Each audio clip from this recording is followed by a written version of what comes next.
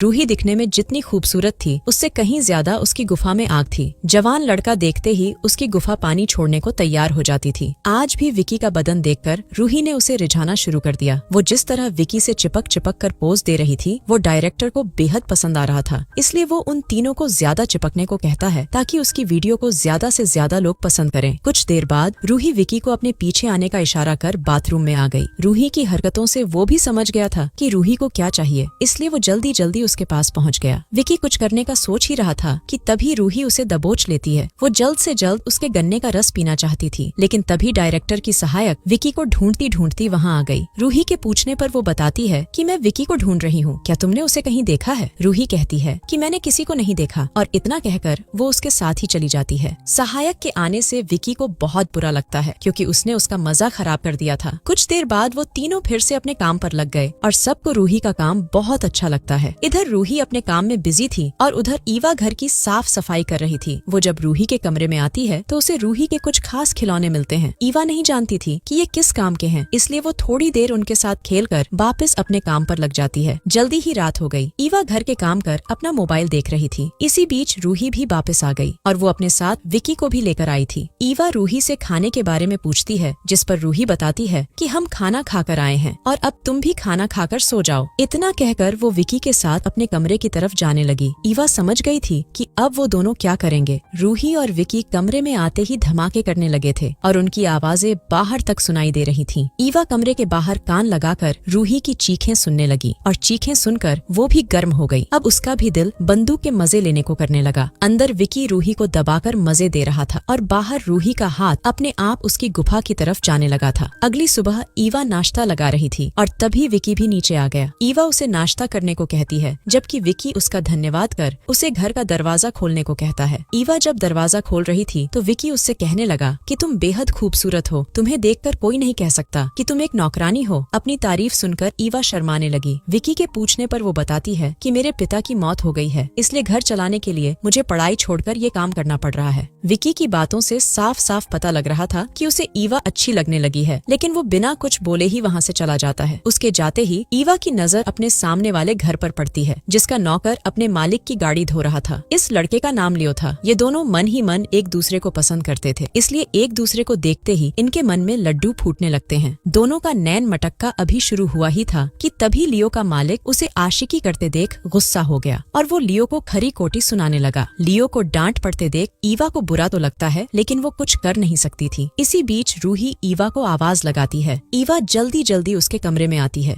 रूही ने कपड़े नहीं पहने थे, इसलिए ईवा नजरें घुमाकर उससे बात करती है। रूही विकी के बारे में जानना चाहती थी, जिस पर ईवा उसे बताती है कि वो तो सुबह ही चला गया था। ये सुनकर रूही नहाने चली जाती है। रूही जब नहा रही थी तो ईवा छुपकर उसे देखने लगी। असल में ईवा जानना चाहती थी कि जवान शरीर कैसा दिखता है और कैसे एक गुफा में धमाके किए जाते हैं, इसलिए वो छुपकर रूही को देखती रहती थी। रात को लियो ईवा से मिलने आता है। लियो कहता है कि मेरा मालिक हमेशा मुझे डांटता रहता है। जब उसने रूही के बारे में पूछा तो ईवा बताती है कि रूही बहुत अच्छी है। इसी बीच वो ईवा को बताता है कि मैं जानता हूँ कि रूही रोज किसी के साथ अपना पानी निकालती है। उसकी आवाजें पूरे मोहल्ले में सुनाई देती हैं, जिन्हें सुनकर मेरा भी धमाके करने को मन करने लगता है। आज रात भी रूही किसी के साथ मजे कर रही थी और ये दोनों उनकी आवाजें सुन रहे थे। दोनों अभी बातें कर ही रहे थे कि तभी लियो का मालिक उसे पुकारता है, इसलिए उसे जाना पड़ता है। दूसरे दिन सुबह रूही तैयार होकर शूट पर जाने लगती है। वो ईवा को बताती है, आज रात मुझे आने में देर हो जाएगी, इसलिए तुम मेरा इंतजार मत करना। इतना कहकर वो चली गई और तभी गली में सब्जी वाली आती है। आसपास के सभी लोग इसी से सब्जी लेते थे, इसलिए उसकी आवाज सुनकर बाकी नौकर भी बाहर आ गए। ईवा सब्जी में खीरा और बैंगन लेती है, जिसे देखकर वो दोनों ईवा के साथ हंसी मजाक करने लगी। वो दोनों उसे इन सब्जियों का सही काम बताने लगती है, जिसे सुनकर ईवा शर्मा जाती है। वो उसे बताती है कि पहली बार पानी निकालने पर कितना सुकून मिलता है। ईवा को उनकी बातें सुनकर मजा आ रहा था। सब्जी लेने के बाद वो घर की साफ सफाई करने लगी। रूही के कमरे से उसे पहले कुछ पैकेट मिलते हैं और फिर उसके हाथ 3-4 सुरक्षा कवच लगते हैं जो भरे पड़े थे।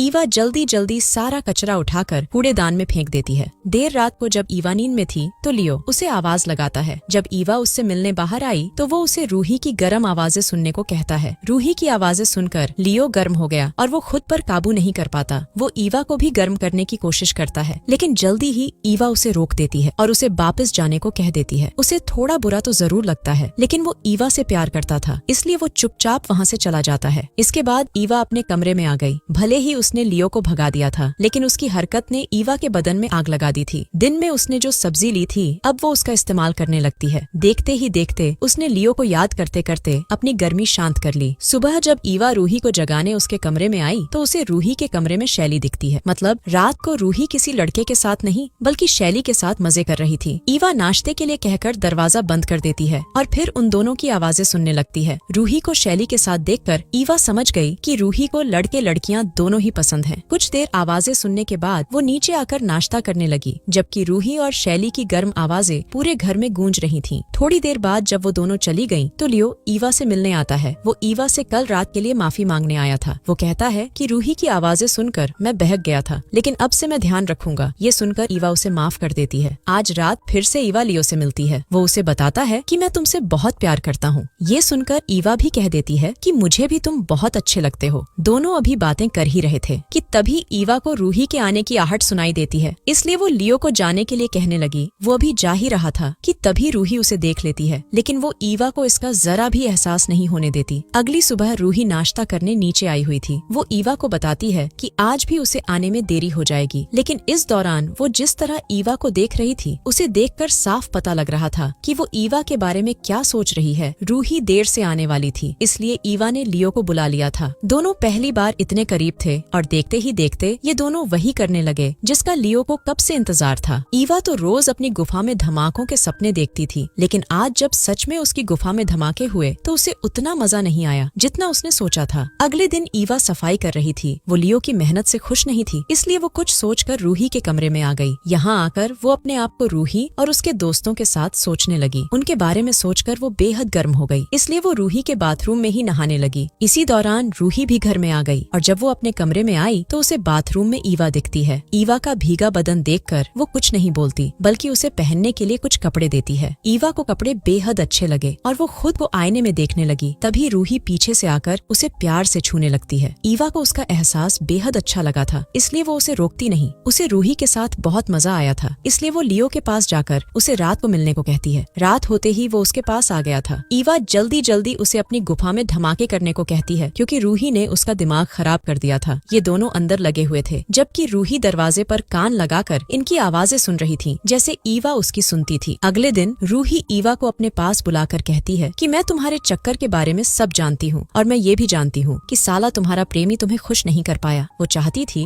कि आज रात वो ईवा और उसके प्रेमी के साथ पानी निकाले। पहले तो ईवा मना करती है, लेकिन फिर रूही के मनाने पर वो मान गई। रात होते ही उसने लियो को बुला लिया। पहले तो वो खुद उसके साथ शुरू होती है और फिर रूही उनके पास आ गई। रूही को देखकर वो समझ गया कि यहाँ क्या होने वाला है। वो रूही और ईवा पर बेहद गुस्सा करता है। उसका दिल तो कर रहा था कि वो कमीनी रूही को खेतों में भगा भगा कर गोली मारकर मार दे, लेकिन वो खुद पर काबू रखता है। वो ईवा को बताता है कि मैं तुमसे बहुत प्यार करता हूँ, लेकिन मैं ये सब नहीं कर सकता। ईवा उससे माफी मांगती है, मगर वो गुस्सा होकर चला गया। कुछ दिनों बाद ईवा रूही के साथ बाहर आई हुई थी, तभी वहाँ लियो आता है। असल में रूही को अपनी गलती का एहसास हो गया था और उसने लियो से माफी भी मांग ली थी। कहानी के आखिर में ईवा को उसका प्यार मिल जाता है और इसी के साथ इस कहानी का यही अंत हो जाता है।